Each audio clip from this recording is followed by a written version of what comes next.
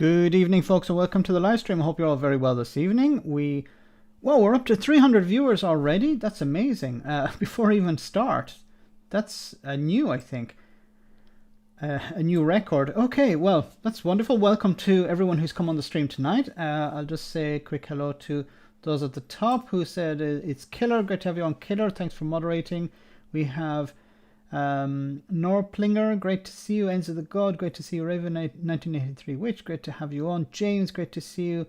We also have Thomas, great to see you. Bing Bong Ministerian, Aaron, great to see you. Mo Green, so many people.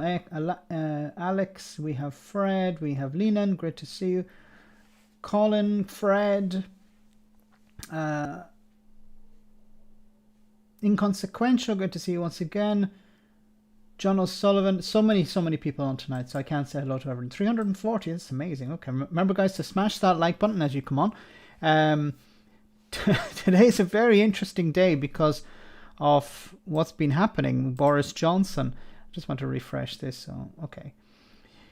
I want to jump in with, of course, what's happening with Boris Johnson. Is he going to resign? I think we've come the closest possible to him actually resigning, and he's due to give a speech tomorrow before Prime Minister's questions, and it looks like, you know, there's pressure being applied to him. And I said this before, Boris Johnson will not resign because the Labour Party asked him to resign. Johnson will not resign because the SNP asked him. He'll not resign because the media asked him. He'll resign if his party force him out, and that seems to be the only thing. And we're starting to see the wheels moving. Johnson is going to go this year, but it's just a matter of when at this stage, not if. And when I'm talking about the wheels moving, you can see here Douglas Ross. It starts off here on this. I just want to start off on this tweet. It says here, Tory MPs will consider no confidence vote if Prime Minister has broken law.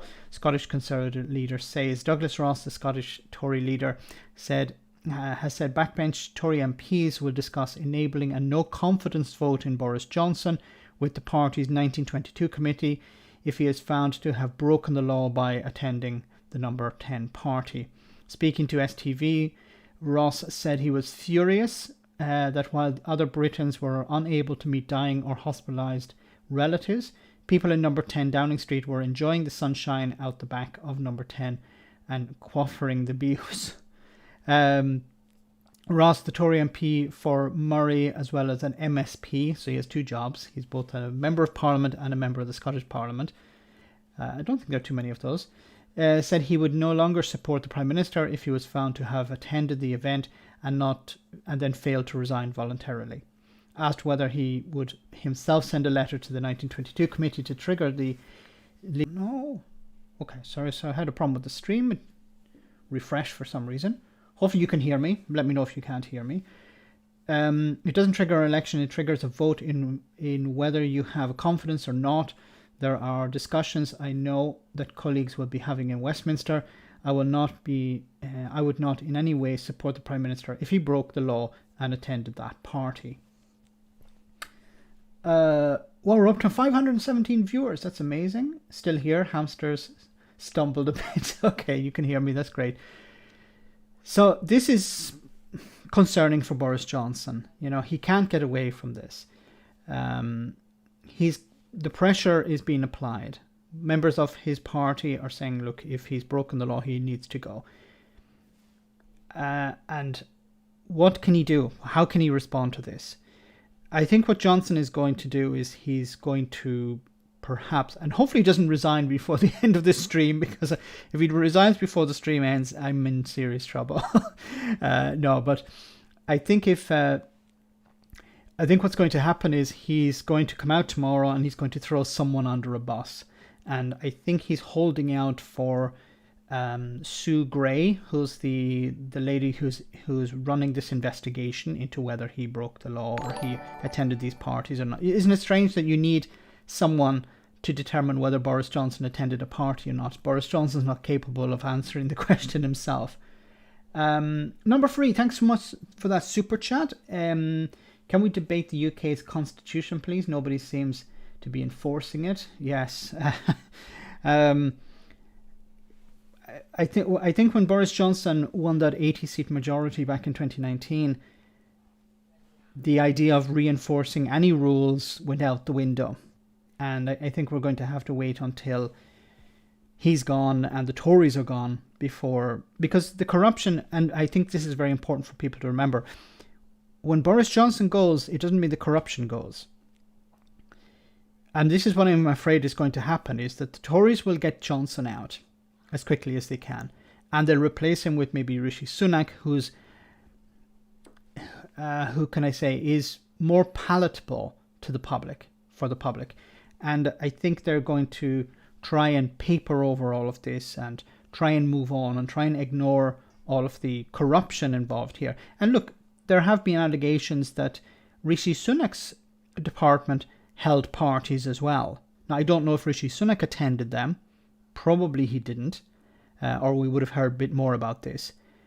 But, you know, he's not clean either. So I'm afraid that what they're going to try and do is just replace Johnson and then move on. And it's important that the opposition parties don't just let them do that, because the public will think that Boris Johnson is responsible for everything, where the corruption, as James O'Brien says, runs through the party like Blackpool through a stick of rock. Cherdell, great to see you. Hope you're well. Remember, guys, you can support the channel by hitting me with a super chat, or you can support the channel by becoming a patron. And you get instant access to Discord. Reagan Ali, thanks so much for that super chat. You know you're making a difference when an MP is attacking you. Keep up the great work, Max. Thanks so much for that, Reagan Elite. So that was that was response to I think that you're mentioning here Ben Habib. So I tried to contact Ben. I responded to what Ben Habib was saying on Twitter, and he responded to me basically saying, well, if you're using a synonym, then a synonym, sorry, if you're using a, no, not synonym, what did he use? I don't remember the term he used. If you're not using your real name, then I'm not going to respond to you. I can't take you seriously. But that was interesting, yes. If an MP fails to report a crime that they know is occurring, isn't this a crime? Yes, it is. You're under, they have a duty to report a crime if there's one taking place. Bunkers, Ben. A synonym? No, I don't remember the term he actually used, but let's move on. So what's going to happen with this remains to be seen. I just want to refresh this, see if there's any updates. No, this is from 2 hours ago, so there's nothing really here. What's interesting as well, Michael Ellis, the Paymaster General, was sent out today to take the blame, to defend Boris Johnson. So there was an urgent question in the House of Commons today. Alter ego, wasn't it? Yes, alter ego was the term he used. There was an urgent question asked in the House of Commons today, and Boris Johnson didn't attend. Not many MPs on the Conservative side did attend. Nuki Broth, thanks so much for that super chat, very kind of you. Being more palatable implies some taste and decency. Tories lack both. Very good point, yes. And I agree with you 100% there. The idea maybe being more palatable would be cover, in a sense that it would confuse the public into thinking that, some changes had been made, when in reality Rishi Sunak would be exactly the same as Boris Johnson policy-wise. Rishi Sunak is a Brexiteer, and he in a sense he could be worse than Boris Johnson, because I think he would act in a more aggressive way when it comes to dealing with the poor, dealing with those, and of course Boris Johnson hasn't really cared, but I think Rishi Sunak perhaps has a different sense of entitlement, and I think he's much more ruthless when it comes to dealing with the poor and the working class. Of course, Boris Johnson never cared, but I think Sunak could be even worse than Johnson in some ways. But Michael Ellis, yes, he's the Paymaster General, so he was rolled out. He drew the shortest straw, I think. And perhaps because he was a lawyer, he was a barrister, he was able to, in a sense, respond to the questions. He didn't answer the questions, and of course he stonewalled. He just said, yes, you have to wait for the final report, you have to wait for the final report. And it didn't really go anywhere. There were some interesting exchanges. I have a video dropping tomorrow with a hero of the week. I don't know if you identified if you saw the exchanges taking place between Michael Ellis and the opposition MPs. You may remember one lady who who asked a very interesting question. So she'll appear tomorrow. Let me read some of your comments before we go on. Comments are coming thick and fast here, like bistography. What excuse can Bojo bring in relation to his latest scandal? And he wants him because the Mail didn't leak it itself. I think what he's going to do is he's going to throw someone under the bus. I forget what his name is. McCartney, or his press secretary. I don't have the name in front of me, but I think it's press secretary. The guy you could see in the garden with his hands in the air. I highlighted him in a video. Probably that guy will be forced to resign because he's the one who sent out the email. So it will be another case. It'd be a bit like Stratton, in the same way that Stratton was forced to resign. So I think what's going to happen is this guy who sent out the email is going to be made into the sacrificial lamb to protect Boris Johnson, of course. These people are expendable. They have hitched their wagon to Boris Johnson, and Boris Johnson will throw them under that wagon as he sees fit. What would you do if Jacob Rees-Mogg became Prime Minister? Jacob Rees-Mogg would not become Prime Minister because he has too many skeletons in the closet, and he would have to. He would be exposed. He's in a way protected from a lot of scrutiny because he's not a minister. He's the leader of the House, yes, but he's able to get away with a lot of things because he's not, in a sense, making decisions for others. But if he did actually become Prime Minister, wow, that would be it would be a very interesting premiership, I think. Mogg for Prime Minister. Jacob Rees-Mogg would become the Prince Regent rather than the Prime Minister. Jacob Rees-Mogg is a skeleton in a suit. Victorian skeletons in that. Yes, it would be an interesting premiership. Yes, who would Jacob Rees-Mogg have as his ministers? That'd be interesting. All Brexiteers, like what's his name, Mark Francois, maybe as Defense Secretary or something like that. The haunted pencil. You know when you're seeing on those fall videos where you think someone falls and then gets effed? Well, that was only the possible outcome there, really. That's what the world thinks. Gonna need a bigger farm, all the sacrifices that are likely Johnson to hold out for a full term. I don't think he'll hold out for a full term. There are some elections coming up soon, and as I said before, he's going to be a drag on the party, and the party will get rid of him before these elections take place.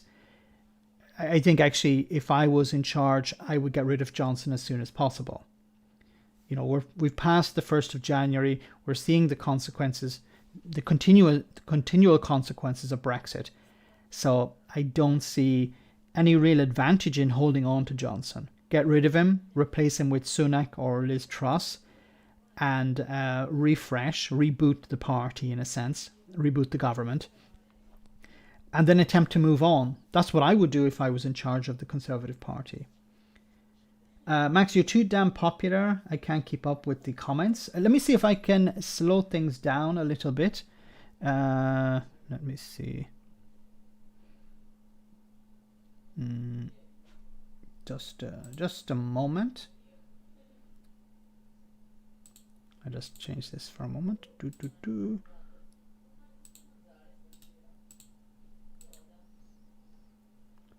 I have to jump into the tool and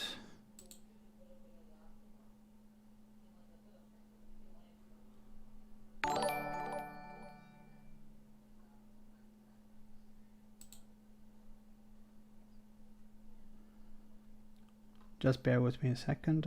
Viewer activity, maybe. I'm trying to find where the option is.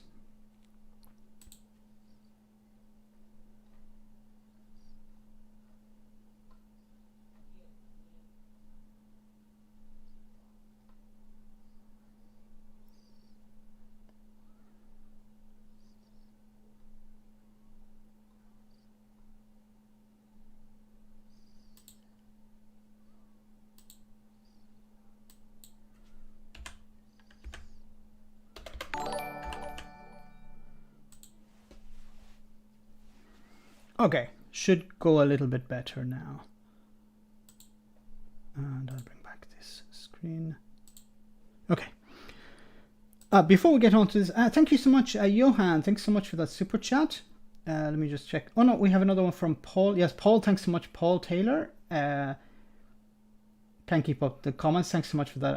I put it on slow mode, so it should work a little bit better now. Hopefully it doesn't have any problems. Johan, thanks so much for that super chat as well. Is the Liz and Sunak just placed so that David can be Prime Minister? David who? David Davis or David Frost? Is Max off feeding the hamsters? Yes, I'm back. Don't worry. I just put it in slow mode. If it's David Davis, I don't think he's going to take over. David Frost would be an interesting one, but David Frost is not an MP, so he can't be Prime Minister. As far as I know, I think the rules were changed recently where you have to be a member of Parliament to be Prime Minister. So you can't be an MP without being, you can't be Prime Minister without being an MP. And Lord Frost isn't an MP. He's a member of the House of Lords, but he's not an MP. And I don't see him actually becoming an MP. If Bojo resigns, will Carrie accept to leave the flat at number 10? Probably not. Oh, well, she'll have to go. She'll go with Boris. So, Ton Son, thanks so much for that super chat. Yeah, I think she'll have to go. She won't be too happy, with all that wallpaper she's put down recently. So. Of course, she didn't have to pay for it. It was a Tory donor, but it'd be interesting her reaction to that. Who would she lash out at?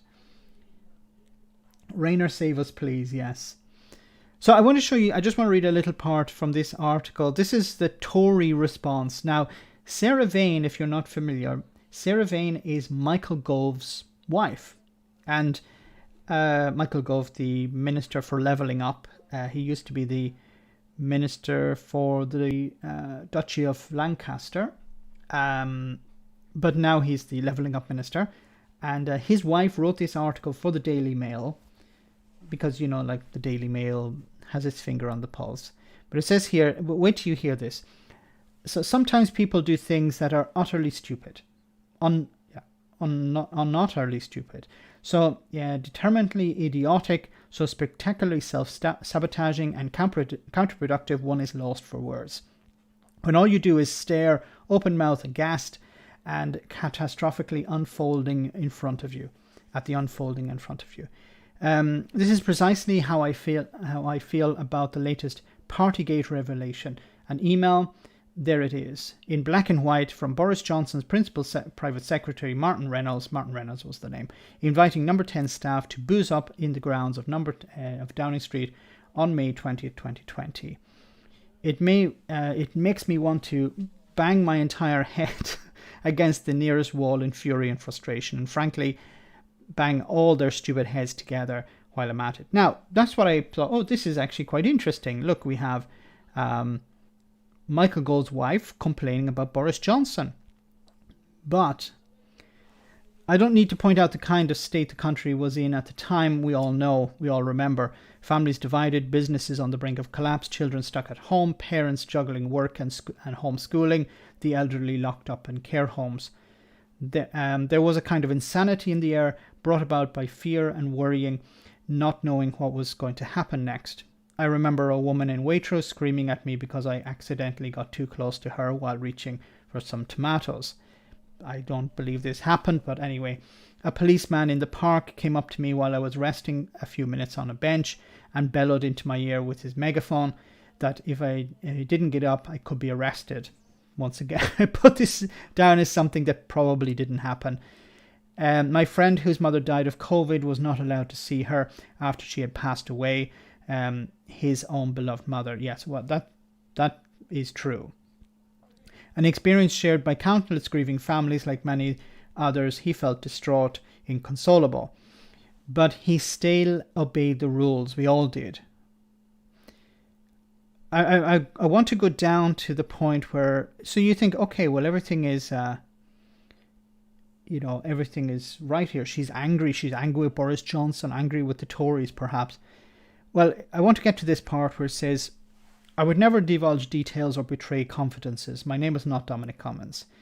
But one thing I can absolutely say with certainty, hand on heart, is this. The Prime Minister and the whole government, from ministers to mandarins, worked tirelessly during those months. No, they did not. This is if Boris Johnson was working so flat out that he had time to contact Lord Brownlow, to get the flat done up. Yes. This is why I'm so angry, because they've thrown it all away. All the hard work, all that drive and dedication, all that success in rolling out a world-beating vaccine. There's no reference here to the NHS here.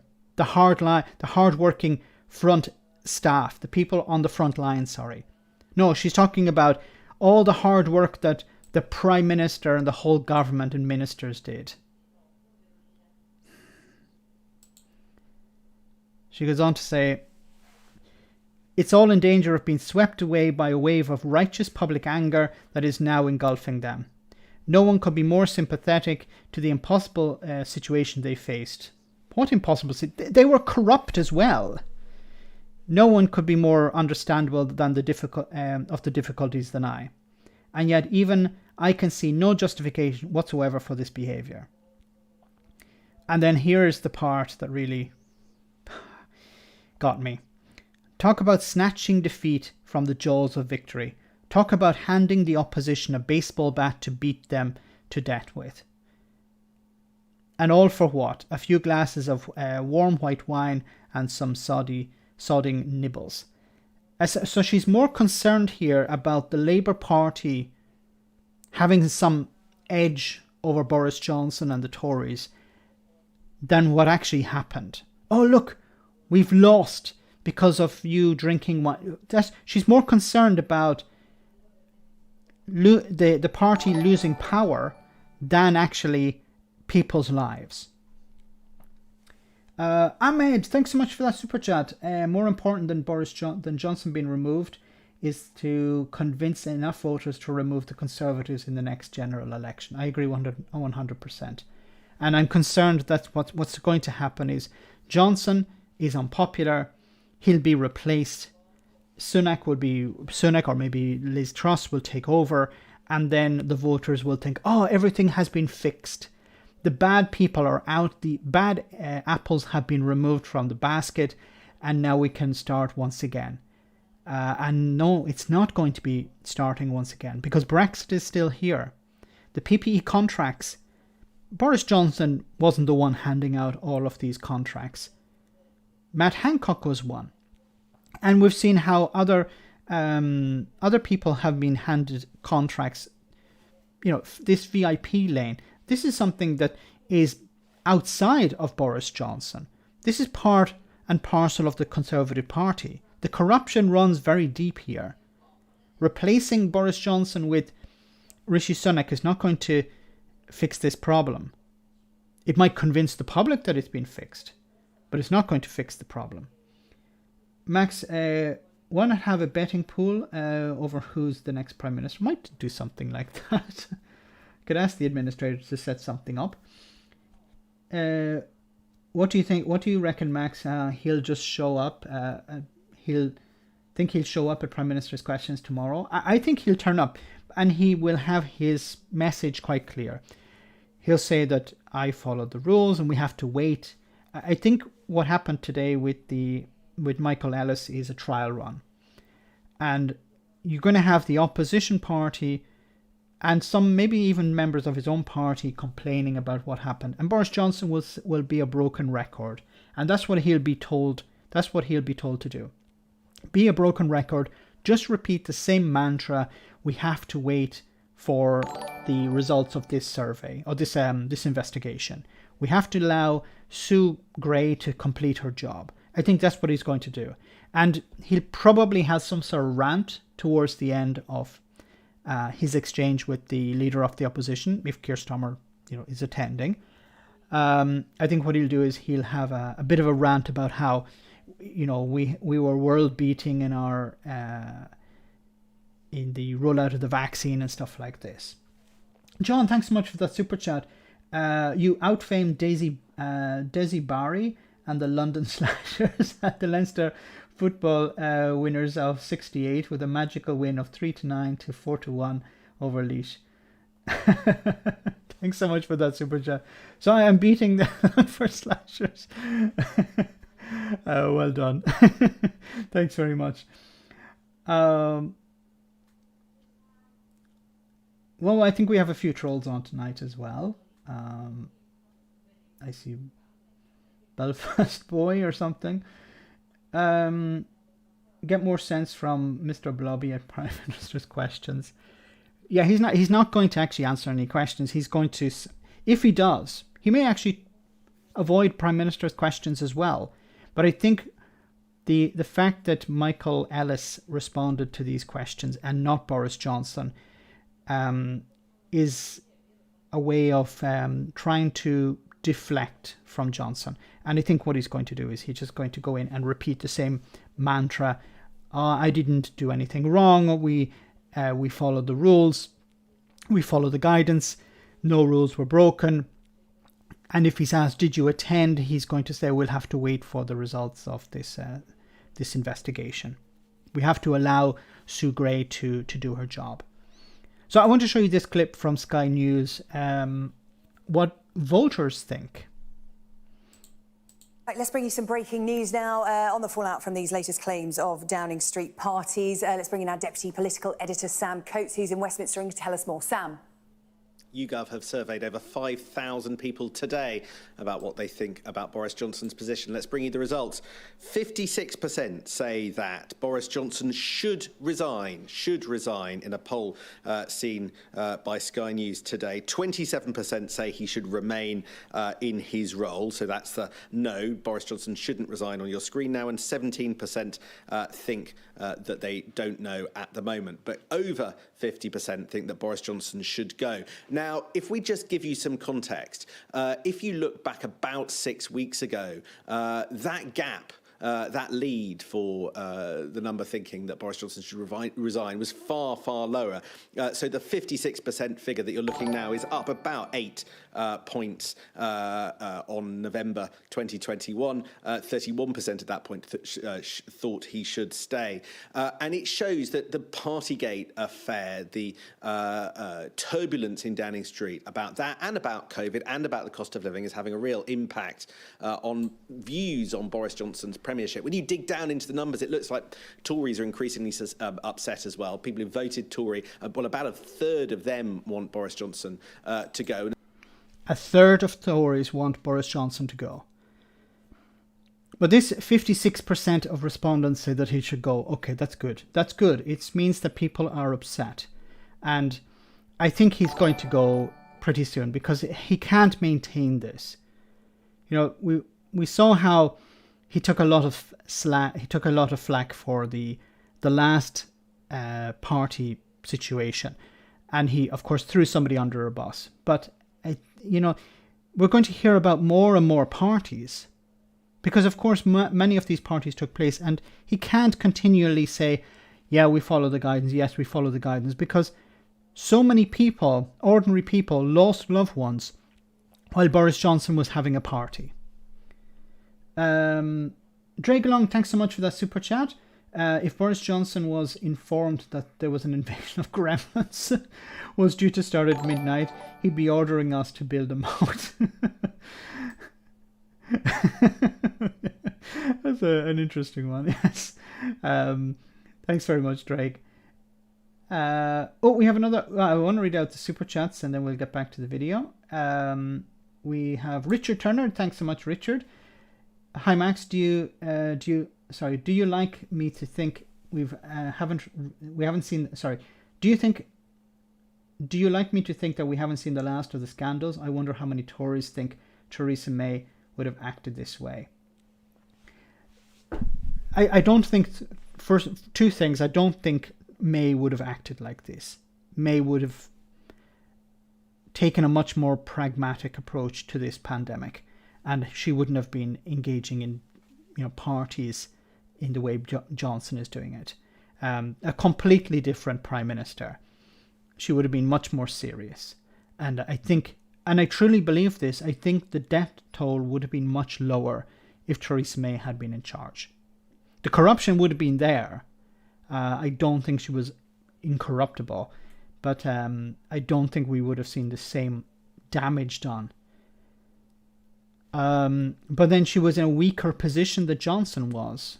So maybe she would have given in more to the likes of the ERG or the CRG or whatever the hell they call themselves today. But there are going to be more and more scandals. Stuart McKay, thanks so much for that super chat. I believe Michael Fishface Gove is planning a run for Prime Minister. He has a track record of backstabbing. Do you think so? Also, who cares what Gove's wife thinks? Why not ask her to? No, you're right. But she is a senior editor or writer. I think she's senior editor at the Daily Mail. So she is channeling part of the Conservative Party through that. I do think she has some influence. But I don't care what she thinks, because she's a real non-entity when it comes to actually what's happening in the world. But it is giving us a bit of an insight into what the Tory party thinks. But Michael Gove running as Prime Minister, I don't see that really happening, because he doesn't have the charisma necessary. He's a slimy individual and a backstabber. Yes, 100%. I agree with you on that. But I don't see him in the running, really. He doesn't have the name recognition that Boris Johnson or Rishi Sunak or Liz Truss have. And I think Boris Johnson realized earlier on that he didn't want to be he didn't want to be challenged by someone like Michael Gove. So he put him into positions where he would never really have any face time. When do we ever see Michael Gove? He pops up every once in a while, every 6 months, to talk about Brexit or to talk about something, and then he disappears again. So, but I don't see him really being a threat to either of the front runners. But I could be wrong. It depends on what the media think. If the media back someone like Gove, then he could be a shoo-in. Thanks so much, Stuart. AN98, thanks so much for that super chat. Do you think the Tories regret ousting Theresa May? No, because they got what they wanted with Boris Johnson. So, and the Tories, they don't have any loyalty to their leader. It's a fake loyalty. When Boris Johnson is popular, they'll invite him to their town or to their constituency. As soon as he becomes unpopular, they don't want to see him. So I don't think I think some people within the party regret it, because he's a drag on the party now. But I think there is a lot of anger within the party that the party itself hasn't gotten rid of him when he started to become a drag. Thanks for that super chat. But yeah, I think the more moderate people or the more sane people in the party would have preferred to hold on to Theresa May. But it wasn't possible. Well, I'm missing some super chats. Let me check. We have the Freckled Pony. Thanks so much for that super chat. Very kind of you. Thanks for the support. Number 3, again, thanks so much for that. My excitement energy level is now 2 or even 3. That's good. That's good for me. I smell blood. I think the next number of weeks are going to be very, very interesting because the pressure is growing. And as I said, the wheels are starting to turn. And Boris Johnson is in a very difficult spot now because the leader of at the beginning of the stream, I said the leader of the Scottish Tories has sharpened his knife, and he has clearly stabbed Boris Johnson in the back here because he said if Boris Johnson has broken the rules, he has to resign. And look, we all know he has broken the rules.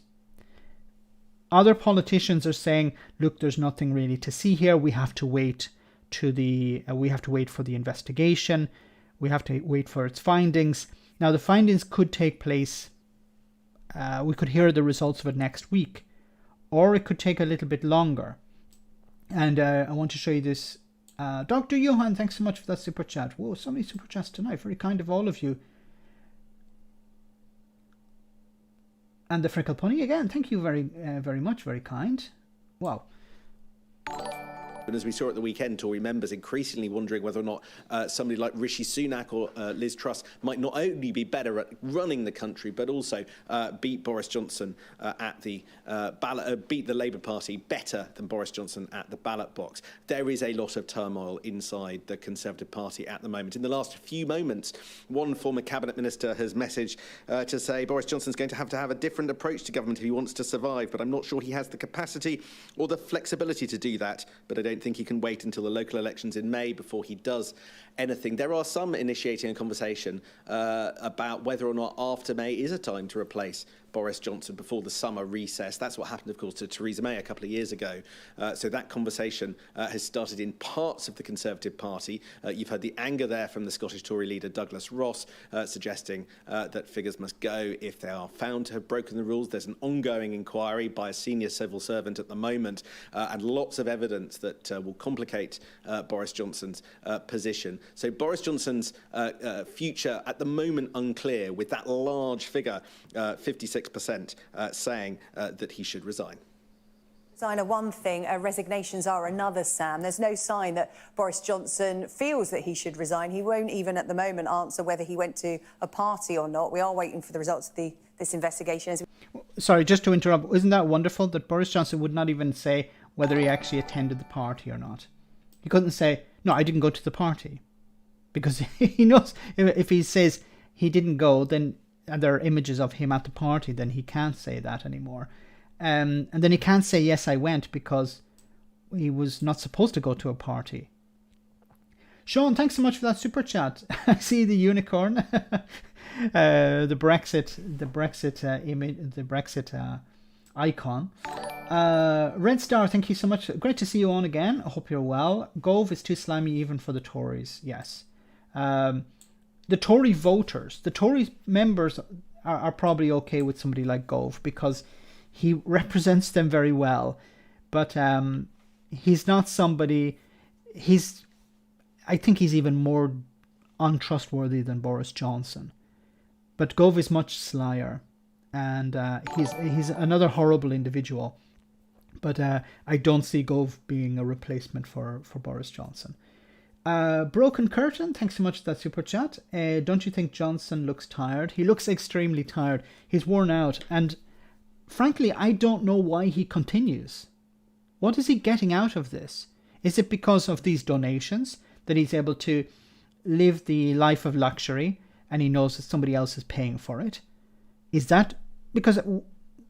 Is it really worth it? All of this stress? I'm not talking about the stress of dealing with the pandemic. I'm talking about the stress of trying to come up with lies all the time. I think maybe he's starting to realize that he's not as Teflon as he thought he was. And he's eventually going to have to pay. He's going to have to resign. And maybe the stress is starting to get to him. We keep being reminded we shouldn't prejudge it.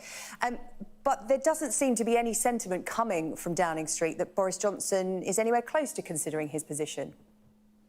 Well, you've got a couple of options if you're Prime Minister in a spot like this, and one of them is to front up the problems that you've caused, to give a big apology, to say to the nation, look, I got some of these judgment calls wrong, they weren't parties, but we were having alcohol, I can see why that was a mistake, we're in unusual times. That's one option open to number 10. They are not choosing that option. Instead... Of course they won't. Boris Johnson apologise. Boris Johnson would only apologise if he said...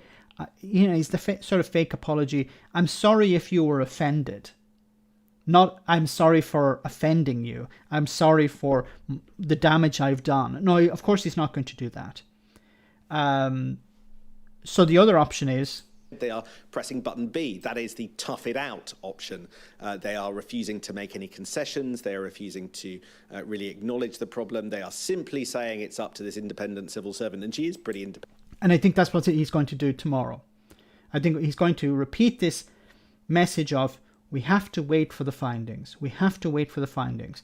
And then he's going to pepper that response with, we had the best rollout in Europe. Of course, we needed to leave the European Union. Of course, Keir Starmer wanted to keep us in lockdown. All just lies piled upon other lies, piled upon other lies.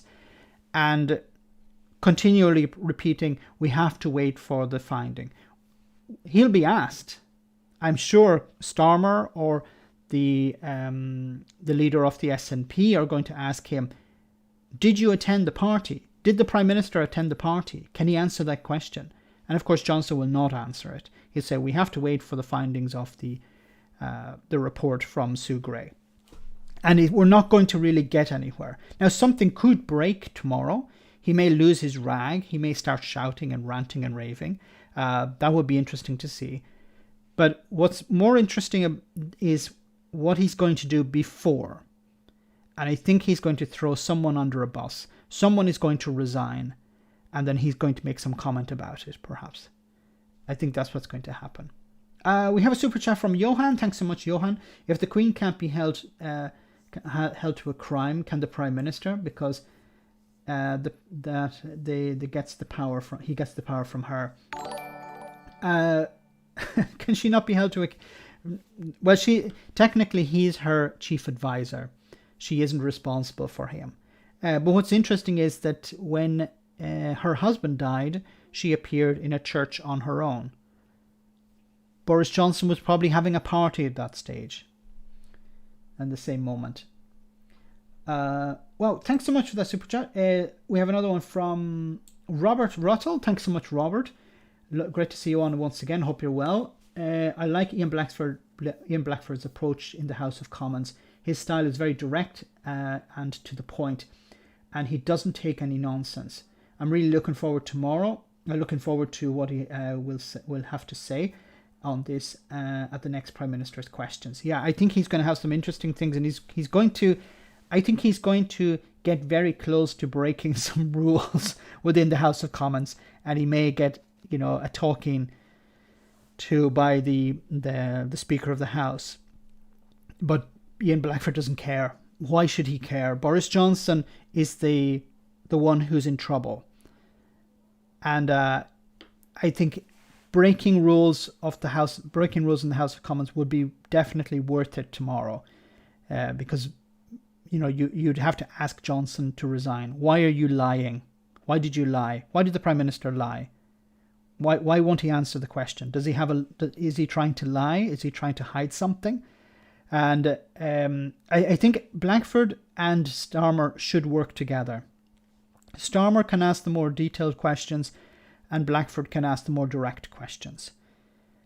And they should work as a tag team. I think they really should do that. Maybe they are already doing it on some level, but I really think they should work together. Okay, guys, the polling is that Boris Johnson's not very popular. A majority seem to want him to resign.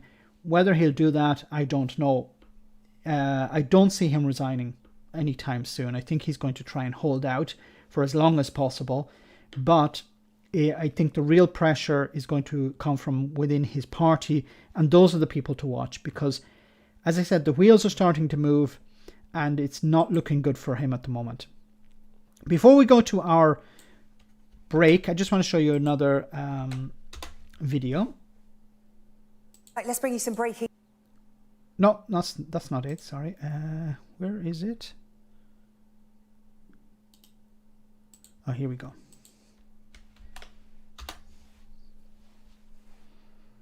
Johnson is. Number 3, thanks so much for that super chat. A crime means that harm is or being done regardless of the law. That has to be at the heart of any constitution. I agree 100%. It shouldn't be about what it should be. The spirit of the law, or it should look at whether harm is being done to the country, to the reputation of the country, to citizens themselves. And if it is, then those responsible should be held to account, be it in the courts or be it in through the ballot box. And now is the time for Boris Johnson to be removed by his party. But if he doesn't go, I really hope there's some mechanism to trigger an election. It would require a majority in the House of Commons. The problem with that is that Johnson's party still have a majority. So we're relying on the Tories to grow a backbone here, to say which is more important, the country or Johnson. And at the moment they seem to be backing their Prime Minister. Thanks for that super chat. We have another one from Mark. Thanks so much, Mark. More number 10 parties than Ann Summers and Tupperware. Yes. It's you know, they really took advantage of the summer, didn't they? They didn't allow one day of sunshine to go unused. So I want to show you this clip from Sky News. His wife Carrie, former Chief Advisor Dominic Cummings, and the Prime Minister's principal private secretary Martin Reynolds were all picked. So there were 11 parties that are being investigated. So you remember this one with the wine and cheese. This is on the 15th of May. Sitting around a table in the gardens of number 10 with cheese and wine. The Prime Minister has insisted that this was a work meeting. The latest revelation came in a leaked email from Mr. Reynolds to more than 100 Downing Street employees, asking them to bring your own booze for an evening gathering 5 days later, 5 days after the photograph we showed you. On the 13th of November, according to reports, Boris Johnson gave a leaving speech to his departing Director of Communications, followed by an alleged party in the Prime Minister's flat that night. There's another one. Then, on the 25th of November, a Treasury spokesperson admitted that staff had impromptu drinks at the office. And the Daily Mirror reports that on the 27th of November, Boris Johnson gave a farewell speech to another aide while lockdown in England was still in place. Sorry about the audio on this clip, guys. I think it's recorded from the TV. And then on the 10th of December 2020, the Department for Education confirmed an event had taken place at the office after the Mirror reported that the then Education Secretary, Gavin Williamson, threw a party. It was revealed that then on the 14th of December, a party took place at Conservative campaign headquarters attended by the then London mayoral candidate Sean Bailey and staff. He apologised unreservedly. And the Sunday Mirror published a picture showing the Prime Minister with colleagues in number 10. So there we have it. These are some of the parties that we know of. I imagine there was a party probably every weekend. So how many weekends are there in a year? A lot. I don't have the details in front of me, but you were talking about from the middle of 2020 or early 2020 until recently. We even had Jacob Rees-Mogg, attending a sort of party this Christmas. So of course there were many parties going on and probably other events as well. It's likely that there was something even a few times a week. It's not beyond the realm of possibility. Okay, guys, just want to take a short break. We're going to have our comedy moment and then we'll get back to the serious stuff in just a jiffy. Hope you enjoyed this video.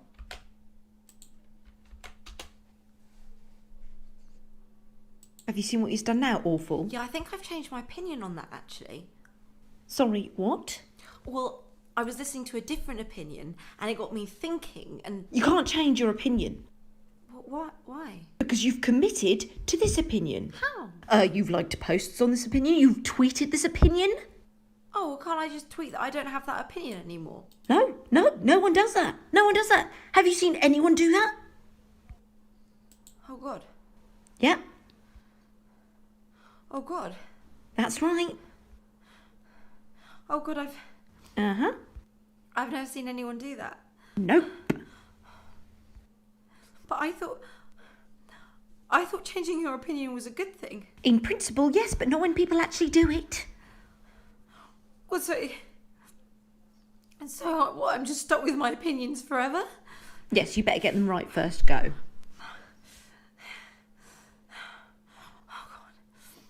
But I don't want to pick a side. Oh, wait, so you're saying you're a centrist? You saying you're a centrist? What? You're a centrist, are you? What's happening? I knew it. Knew what? She's a centrist. She all but admitted it. She's a centrist. No, I don't want to be a centrist. Everyone's worried about them. Well, if you will go I'm sorry. changing opinions. I won't change my opinion ever again. I'll keep the same opinion. I'm sorry. You're just like Mugabe. How am I like Mugabe? He was a good Marxist, and then he turned into a dictator. That doesn't make any sense. Even Brexiteers can't change their opinion. So, here is a very nice clip I want to show you of 7 occasions when Boris Johnson denied Number 10 broke COVID rules. We've seen this before, but I think it's good to see it once again. What I can tell the right honourable gentleman is that all guidance was followed completely during Number 10. Well, I want to repeat that the guidance is there, and I'm, very, very keen that people understand this. Was it a party where the guidelines were followed, or was it not a party? I can tell you that the guidelines were followed at all times. I remember this movie, like, was there a party? The guidelines were followed. Yeah, well, yes or no, there was a party. The guidelines were followed. Obviously, the guidelines were not followed. Did you investigate that yourself? Have you satisfied yourself that I that have is the case? satisfied myself that the guidelines were followed at all times. I've just seen reports on Twitter that there was a Downing Street Christmas party on Friday night. Do you recognise those reports? I went home. Hold on.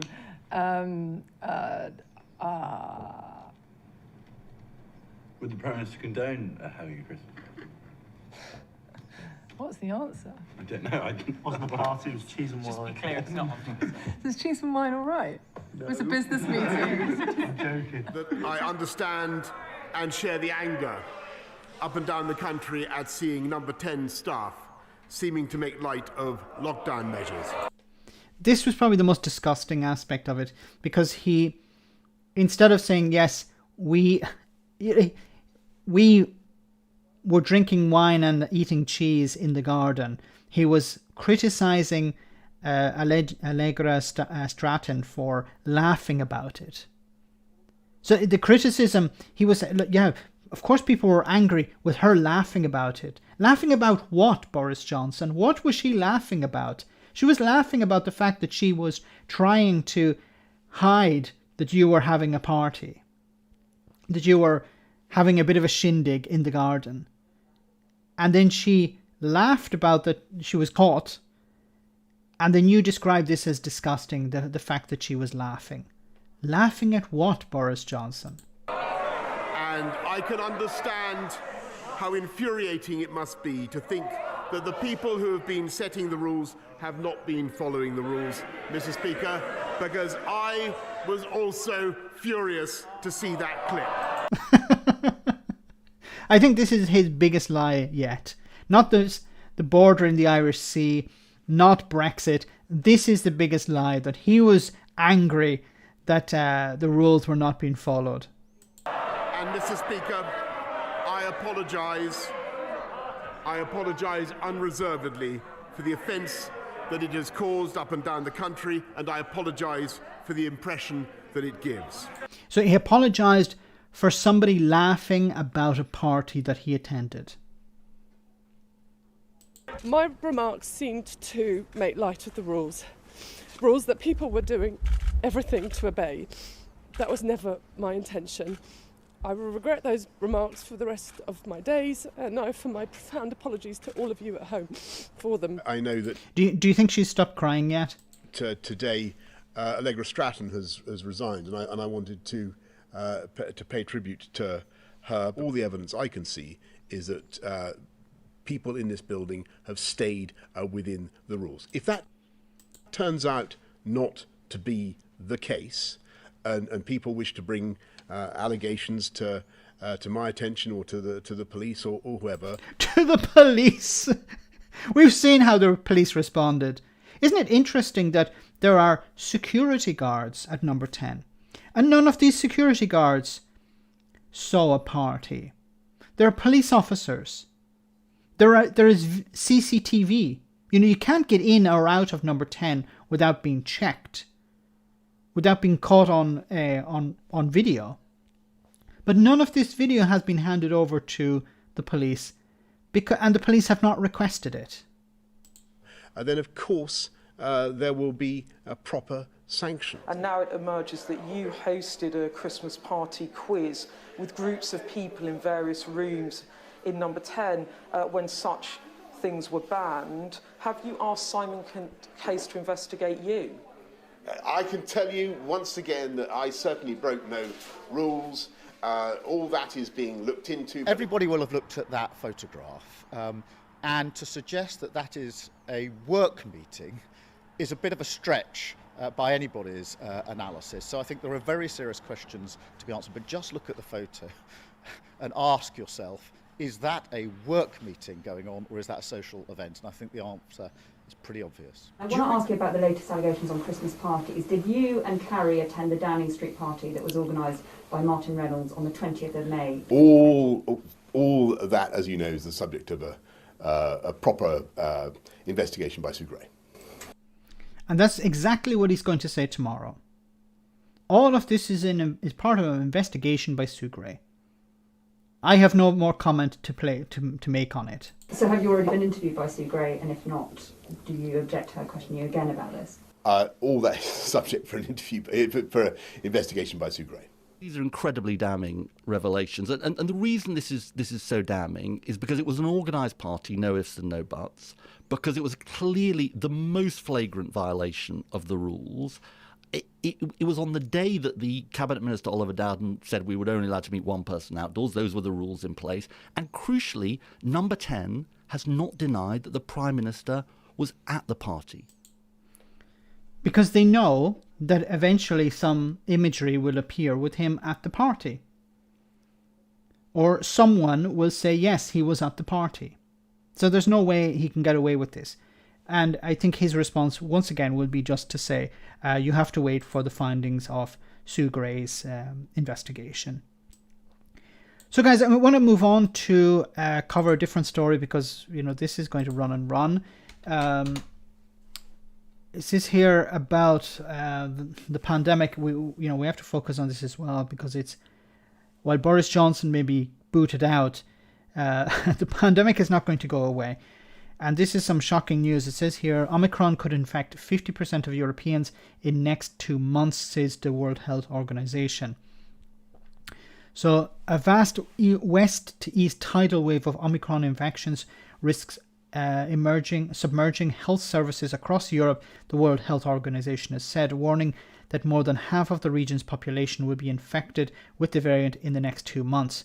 Hans Klug, the WHO's Europe director, said the region had recorded more than 7 million new cases in the first week of 2022, double the rate of the fortnight previously, with more than 1% of the population catching COVID-19 each week in 26 countries. Klug said the variant had been reported in 50 of the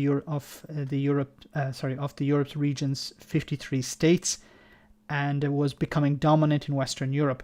At this rate, more than 50% of the population in the region will be infected with Omicron in the next 6 to 8 weeks, he said.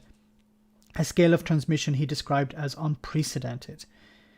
The variant would hit hardest where inoculation rates were lowest, such as Central and Eastern Europe, Clogrin predicted, saying he was deeply concerned that the Omicron moved east, as Omicron moved east, we have yet to see its full impact in countries where vaccination uptake is lower and where we've seen more severe disease in the unvaccinated. And that's a real concern because I don't know the reason behind this. Is it infrastructure? Is it healthcare services? What is it? But it tends to be there's a lower take-up rate of the vaccine in Eastern European countries. I don't know the reason behind that, but for example, I think it was maybe Bulgaria or Romania have, the last time I checked, something like 20% or 30% uptake of the vaccine. So a majority of people, I hope that has changed since the last time I looked at it, but a significant number of people are not vaccinated, and we have this Omicron variant spreading across Europe at the moment. In Italy today there were 220,000 cases. I think a couple of days ago we're talking about 100,000 cases. So it's doubled.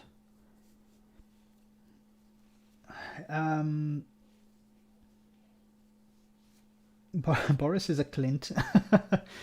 Let me read some more of your comments before we move on. The London are spot on. The Flebs are being fired for breaking rules. Yes. Canada's province of Quebec will be taxing the unvaccinated. Catch on in the UK.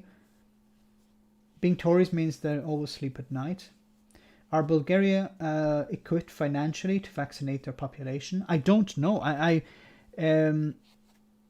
If they're not, then they should reach out to the World Health Organization. They should reach out to the European Union, or to probably the European Union. I'm pretty sure they would be willing to help out if they asked for such assistance. Boris Johnson is essentially a walking COVID germ. The infection numbers have fallen in the last couple of days. The government have given up on testing. If you don't test, then nobody has it, obviously. That's a big problem as well. Omicron, it will probably be the most effective vaccine, courtesy of Mother Nature. How is the healthcare service coping in Italy? At the moment, it's dealing quite well with this. I haven't heard of any stresses or strains that have concerned local government or regional governments. So here, where I am in the Veneto region, the regional governor or the president of the region is concerned at the moment with the rising number of cases, but the healthcare system seems to be withstanding it so far. Bulgaria is offering its citizens the greatest choice of vaccines anywhere. Lots of cases, but very little ICU admissions. That's the crucial bit. Yeah, because the problem is if you have a huge number of cases, some of these cases will be mild, more than mild, and they will end up in hospital. Maybe not because they actually need the hospital bed, but they need to be seen by a doctor or a nurse, and that takes that doctor or nurse away from people who may have other illnesses or requirements. That's the big problem. It's always been protecting the healthcare system. Bulgaria is mostly old women. Everyone else left. That's a weird comment. Let's hope it stays that way. Virtually every country in Europe spends more GDP on health than the UK. How does Boris be able to remain in power if they can get away with the party? What's stopping them from going further with their ideology? That's my fear, is that they're going to just replace Johnson with Sunak or Liz Truss and then just steam ahead.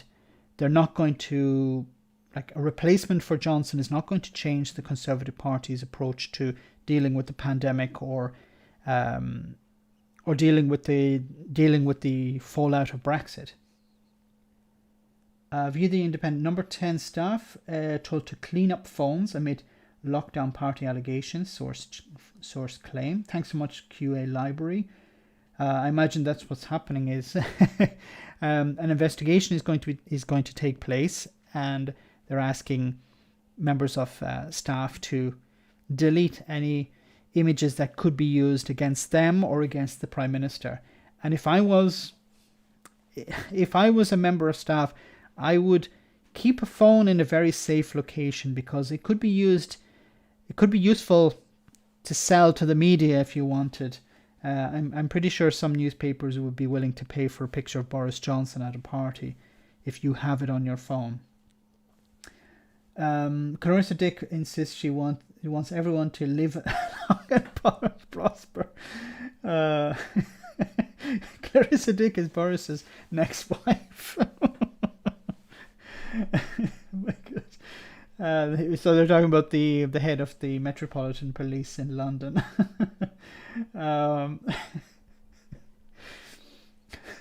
Does anyone know who is leaking the information? No, we haven't found the leak, the mole. So I imagine somebody within the civil service, because you know, if you're working in the civil service, you know that Boris Johnson's not going to be there forever, but you may be. You join the civil service for the long term.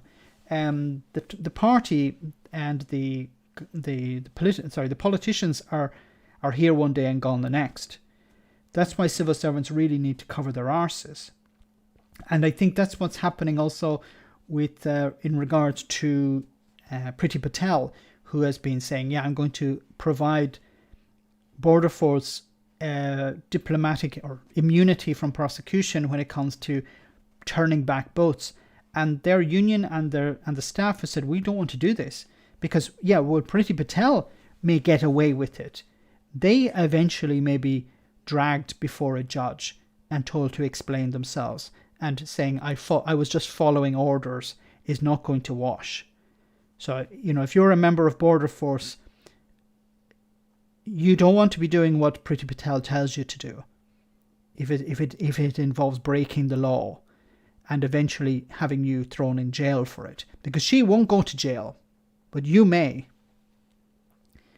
Bernard Johnson, yes. Is Gove the mole? Maybe Gove is the mole. Gove wants to bring down Johnson. We'll see. I want to show you, just to stay with the pandemic just for another moment. This was a shocking figure. There's a tweet from France, and you can see it says 368,149 positive cases were identified in 24 hours in France, a new record. The average over the past week is little over 300,000 cases per day. And you can see this graph. I know it's in French, but you can still understand the scale of the problem here. Unbelievable. Anyway, let's move on. I want to talk about... No, I'll start with this one.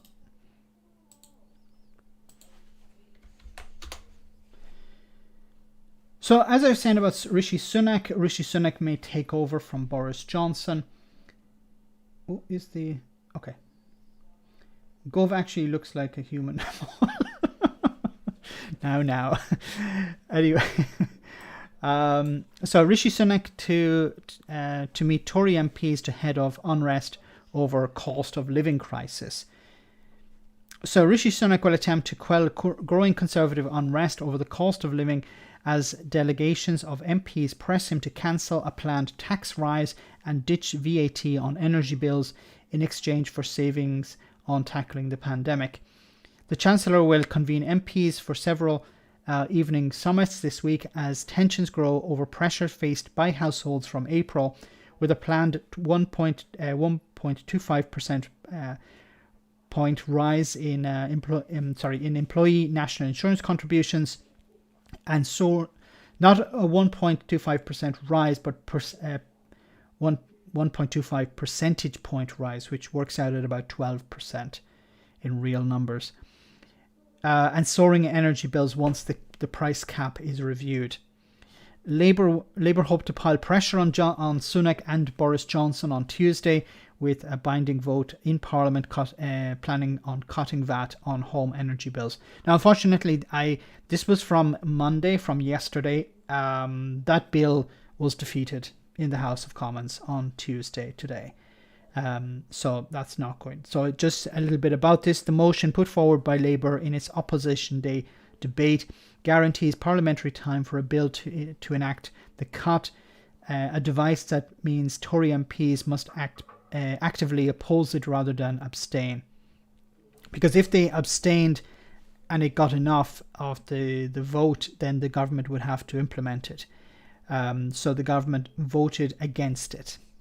So remember when the Brexiteers said we need to leave, Boris Johnson in particular said we need to leave the EU in order to cut VAT, for example, on fuel. Well, the Labour Party put Boris Johnson's money where his mouth is, and the Tories voted against it. So the Tories said we need to leave the EU in order to cut VAT. They were given the opportunity to cut VAT on fuel, and they said, no, we're not going to do it. And they voted against it.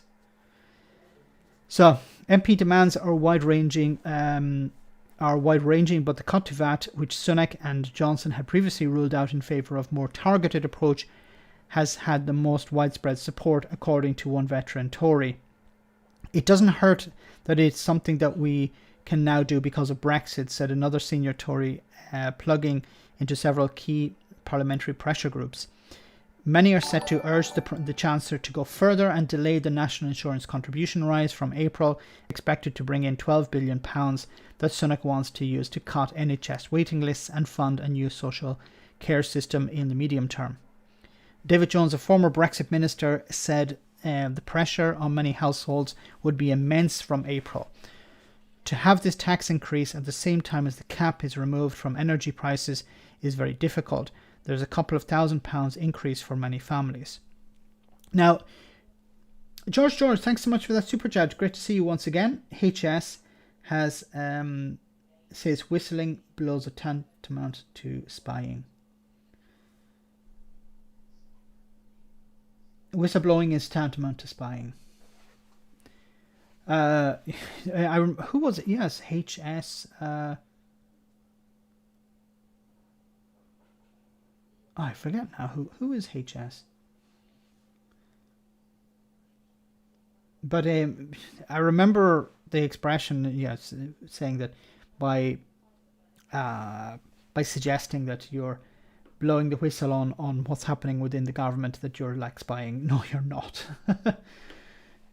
You're telling the public what's happening what's really happening behind the scenes.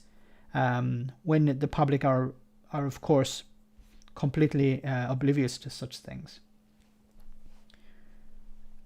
Sue Gray next to throw her career down the toilet for Boris Johnson, who wouldn't pee on her if she was on fire. I don't know how clean Sue Gray is. There have been suggestions that she has been supportive of the Tories. QA says, when working in the civil service, all our emails and phone calls are logged and kept, but since 1997, when Labour started using WhatsApp and personal phones, that were not covered. Johan, thanks so much for that super chat. As a Swede, if the government need more taxes, I'm not at all against it, as long as it's used for something good. Yeah, and I am the same. I agree with you 100%. If the taxes go to something useful, if it's something beneficial to society, to the country, yes, spend, raise taxes if necessary.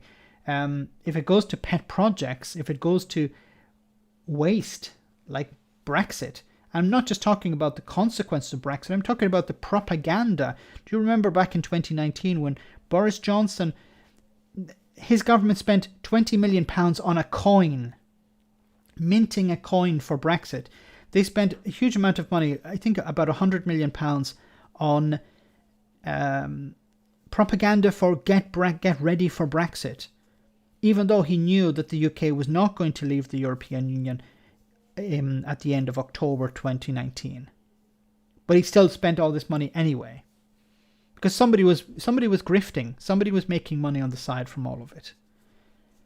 Home Secretary, thanks so much, George Shore. Sorry about that. So the Home Secretary said, whistleblowing is tantamount to spying, which is a big pile of crap. So why are the Tory MPs so concerned about the poor and the working class and these rises on that? Do they care about ordinary people? Of course they don't. This is about protecting themselves. They don't want to face the ire. They don't want to see people, their constituents, suffering. Not because they care about the constituents. They care about how those constituents vote. They care about how they will react. And if a lot of people are suffering, and it's becoming very apparent, these MPs are going to say, you need to stop this because it's harming us. We don't care about the people, we care about ourselves. And if the people are angry, they're not going to vote for us. If the people feel that they're suffering, they're going to vote for someone else. And it won't be the Conservative Party. So we need to protect the Conservative Party here. And you need to make some changes. And really, what's going through the head of Rishi Sunak by increasing national insurance contributions, I don't know. Now, of course, he's not going to increase income tax because that would affect very rich people as well. So this weird way how national insurance contributions work is that it in the end, it's going to affect disproportionately the poorer and those who are earning less. If you're earning more, there's a part where it cuts off and it doesn't increase, not like income tax, where income tax increases as your salary or your income increases. National insurance is almost the opposite. It increases to a certain point and then it stops. So if you're above that threshold, you're going to be fine. It's those who are below that threshold who are in trouble. And Rishi Sunak doesn't care about those people, obviously. But those people are going to be affected and those people vote. Top rate of tax should be 75%. How can we have a Prime Minister who doesn't have the authority to implement public health measures? This is dangerous. It is. And I said this since the beginning of this pandemic, that Boris Johnson should have set an example. He shouldn't have had his parties. He should have worn his mask at all times. But Boris Johnson just didn't care. He doesn't care about ruling the country. He doesn't care about being a Prime Minister. He likes the idea of being Prime Minister, but he doesn't like doing the work that's involved. It's all a joke to him. It's all a bit of theatre. He loves Prime Minister's questions because he gets up on stage and he has his yahoos behind him shouting him on. That's what he loves. He loves the debating. But he doesn't like doing the job of Prime Minister. He likes going and meeting the public if those members of the public have been selected in the right way. But in doing the hard work of Prime Minister, he doesn't want to do that. And he should actually resign. Just let someone else take over. Anyway, let's move on. Staying with the issue of the cost of living, in a sense, I want to cover this story. To plan your entire life and to see it all go crumbling before you because someone else built something dodgy and because you have less rights than if you'd bought a bad toaster. It's an impossible situation to be in, and So this is about the cladding scandal. So what happened was, some years ago, property developers built buildings, put on cladding. This cladding was not up to scratch. It was a fire hazard, and now it has to be removed and replaced. But the problem is, who pays for it? Now the developers are saying it's not our fault. The homeowners should pay for it. The homeowners are saying it's not our fault. We were sold something that is not acceptable. And there's this fight between the property developers, some who have probably gone out of business or moved on to do something else, and the homeowners who can't sell their homes because they're worthless, because they have the irregular or non-sufficient, not certified cladding on board, on the building. Number 3, thanks so much for that super chat. Get the army in and support a national unity government. Unfortunately, you need the Tories to come on board. You need sufficient numbers of Tories to come on board. And unfortunately, back in 2019, a lot of the decent people within the Conservative Party were removed by Boris Johnson and replaced with yes men and yes women. And they're going to stick with him. Not all of them. Some of them are putting their own skin ahead of Johnson. But unfortunately, there aren't enough people within the Conservative Party with a backbone. You're just desperate for someone to work that out and to help us. Reece Lipman is hopeful it could be Michael Gove who helps them with the cladding problem. The Communities Secretary went after housing developers today, deriding them as indecent for not picking up the bill for faulty cladding and insisting they now cough up another £4 billion to help countless Britons like Reece. I'm constantly trying to work out ways to protect my partner from a bankruptcy that I might be facing. The pressure and the anxiety of it every single day is horrible. You are constantly surrounded by the idea that your life is in the hands of someone else. Save state, Gove. Battle cries and hyperbole. Gove was making some pretty big claims about what he was going to do. Leaseholders are shouldering a desperately unfair burden. They're blameless, and it is morally wrong that they should be the ones asked to pay the price. There were lots of threats, lots of tweets, lots of tough talk. To those who missold dangerous products like cladding or insulation, to those who cut corners to save cash as they developed or refurbished people's homes, and to those who sought to profiteer from the consequences of the Grenfell tragedy, we are coming for you. This is typical Michael Gove. Yeah, talk tough, and then when it comes to actually delivering on that, it will be, no, I never said any of this. And it's developers that are top of that list, not least because of how much they've benefited from massive government support.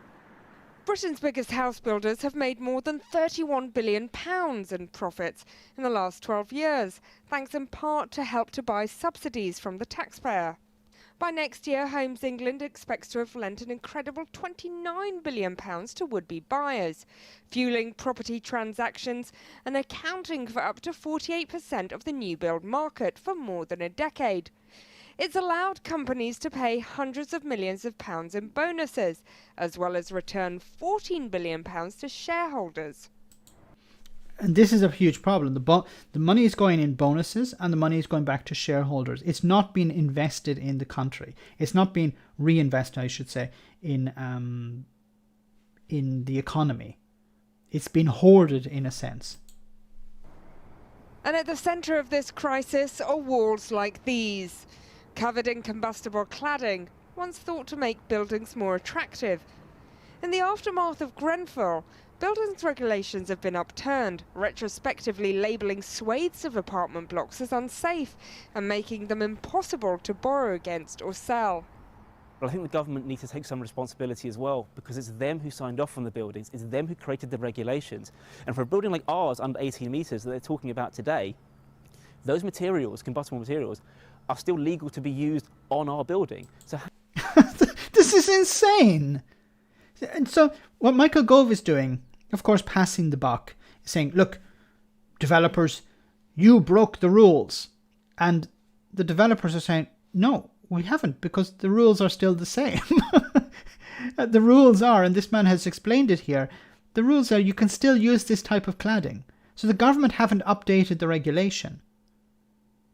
But the government are blaming the companies for following the regulation. It's a bit like, once again, Boris Johnson blaming the people for following the rules that he set, but he didn't make it clear. Well, not exactly the same, but you get the idea. How can you go after the developers and say you should be paying to fix this when the government themselves are still saying in regulation it's fine for you to use it? Those two things don't add up. In Bristol, leaseholders in a building over 18 metres, which already qualify. My God, Kate says the same builders are awarded the work rectification. So the developers who put on the materials in the first place are being awarded the same contracts to re-put on the material again. Many of these companies are probably going to cut corners and just either say, I changed the cladding when they didn't, or just reuse the same type of cladding again, because it's probably very cheap at the moment. For funding. So look, if I was under the impression at the beginning of this that the developers broke the rules, or the developers did not did not follow the regulations, but that's not the case.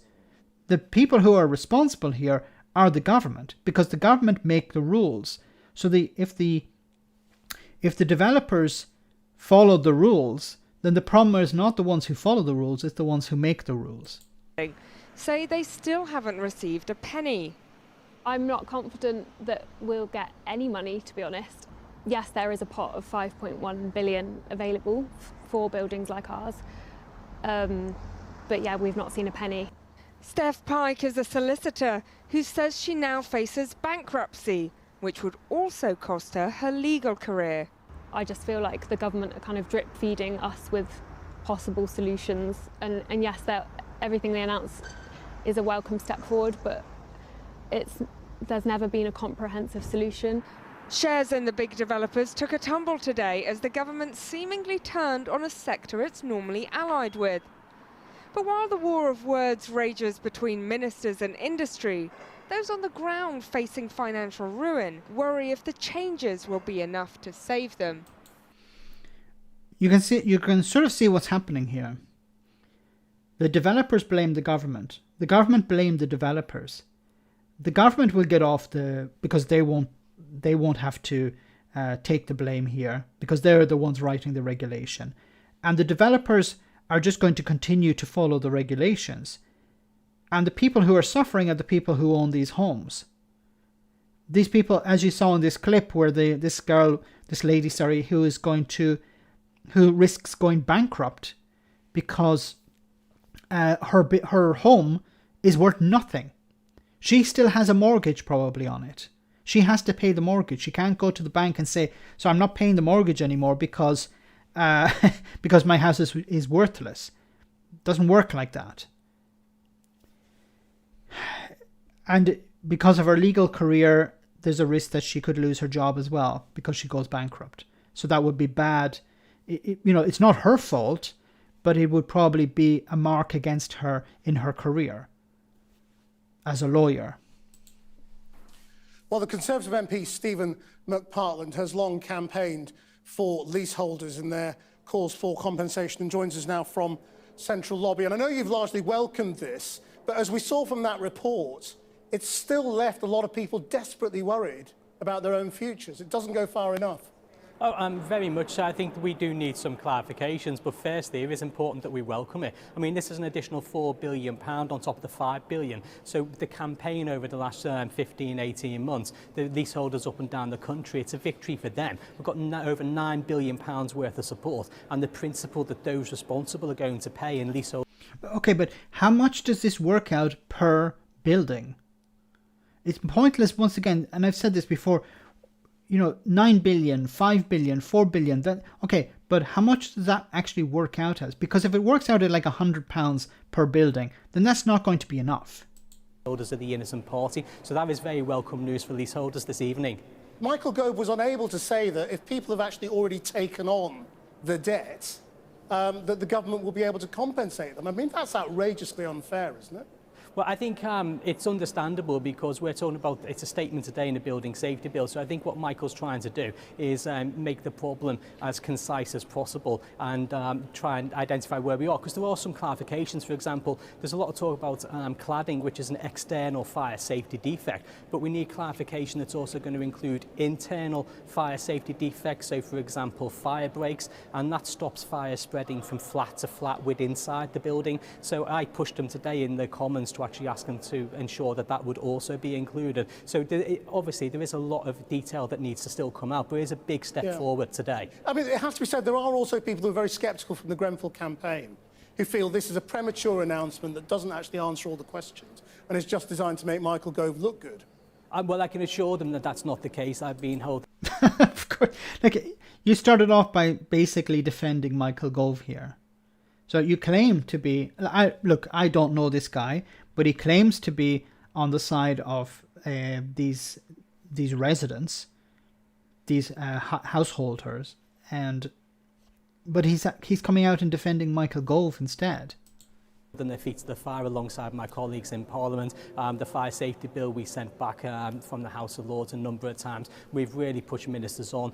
The government, sacked the previous Secretary of State, and there's been a lot of work behind the scenes to actually get us to where we are. And the principles that we wanted was that the leaseholders are the innocent parties, and those responsible must pay. What do you think it says? I mean, you were very critical of Robert Jenrick, the one who was sacked. What do you think it says about this government that it took Michael Gove to come in and look at it again? Well, I think it shows that the government's actually listened on this occasion, because When have they listened? They never listen. They don't listen when it comes to Brexit. They don't listen when it comes to the pandemic. They don't listen to this. This money, where is this money going to go? Who is it going to go to? Is it going to go to the owners of these properties? Is it going to go to the property developers? You haven't said how much each building is going to receive on average. It doesn't have to be every building receives X amount of money, but roughly how much are we talking about?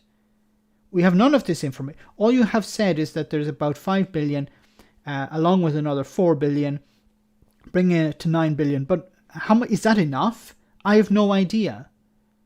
It would be nice to know how much it would actually would be required, because it could be 100 billion. Michael has sat down and listened with us. He's been incredibly constructive. He's worked with myself, other members of Parliament, cross-party, and also the leasehold groups themselves. And a lot of what he's announced is what we've actually been talking about and asking for, which is the government providing the funds up front and then helping us to pursue those responsible. So, it is a really great welcome. It's going to be 100% right tonight, but, we do have to welcome the fact that we are getting there. Alex says he's trying his best. Now, while you're with us, I have to ask you about this breaking news tonight that ITV have broken, which is this email about the party at Downing Street, and claims that Boris Johnson attended this while we were all being told we couldn't meet more than one person outside. I know you voted against lockdowns in the past. You must be furious about this as well. I've not seen the email because I've been doing interviews around cladding and building safety, so you'll have to forgive me for that. But as I said... it confirms there was a party by the look of it. And 100 people were invited at the same time as we were all being told we couldn't meet. Now, that must be something that you're angry about as an MP. On behalf of your constituents. Yeah, but I think everybody would be angry about that. And as I said at the time when these news stories were broken before Christmas, that, if anybody's broken the rules, they have to be held accountable and face the consequences. Right, so Boris Johnson should go if he went to that party? Well, I'm not saying, well, in that case, you'd then be talking about everybody else that went to that party. I don't know if there was a party. And very good clarification. So if anyone broke the rules, they should suffer the consequences. So if Boris Johnson broke the rules, should he suffer the consequences? I don't know if Boris Johnson broke the rules. We're asking if Boris Johnson broke the rules, should he resign? Should he suffer the consequences? The answer is yes. Not, well, I don't know, or that's a hypothetical. No. The answer is a simple yes. He should suffer the consequence. Of course, he's not going to do that because, well, it would be embarrassing for him. So, guys, we're almost at the end of the stream. I want to say a massive thank you to everyone who came on. Remember to smash the like button on the way out as well, if you haven't smashed it on the way in. Thanks so much to everyone for all of your super chats and wonderful numbers tonight. It was up to 800, I think we had on tonight. Massive. I'm not sure what happened. Maybe it's this news about Boris Johnson. Thanks to everyone who came on. Remember, guys, if you're a patron, you get access to Discord, and after Discord, we're going to continue the conversation about what's happening with Boris Johnson, if he's going to go, how he's going to react tomorrow, and we'll discuss other things as well. Remember, if you haven't got, if you're not a patron, you can become a patron. You're welcome. There's no obligation, of course. It'd be great to have you if you do decide. But before we finish, we always have our one for the road. So once again, thanks to everyone who came on. Thanks for smashing the like button. Thanks for all of the super chats. And thanks to the moderators for doing a wonderful job as always. So before we finish for tonight, just want to show you our final funny video, one for the road. You know, you were the only party planner who replied to my email. Well, a lot of people are on furlough, but I'm self-employed, so I couldn't really... Oh, sorry, still getting used to this Zoom malarkey. I know what you mean, it's been like nearly 3 months now. I hope it's over soon. Never fear, with our world-beating test and trace system, we'll have it licked by autumn, in a manner of speaking. Oh great, well hopefully I'll be planning loads of events for Christmas then. I'm sure we'll keep you busy. But in the meantime, we in the department thought it might be nice to have a little shindig to celebrate all the hard work we've been doing. Okay, cool. Well, we've been coming up with a few socially distanced options for socialising. There's like Zoom quizzes, or online karaoke, online comedy shows, that sort of thing. I was thinking more a garden party. A virtual garden party. I like it. People could change their Zoom backgrounds to like greenery or something. That sounds fun. No, not a virtual garden party, an actual garden party. I mean, look, we've got a big garden, the sun's shining, let's make the most of it. But I mean, we're still in lockdown, aren't we? Well, we'd be following all the rules, of course. Right. Well, it'd be quite a small party then. Why? Well, isn't the current rule that you're only allowed to meet one person outside unless they're a member of your household? I like to think of the government as one big happy family / household. Right, okay. So will you need catering? Maybe some nibbles, nothing too fancy. Maybe a few Fortnum's hampers, that sort of thing. But it's BYOB. Breach your own bylaws. Very droll. So how many people are we talking? Well, I'd say no more than 100. 100? I know it's not many, but we are in a pandemic, so it's strictly +1. Wives or girlfriends.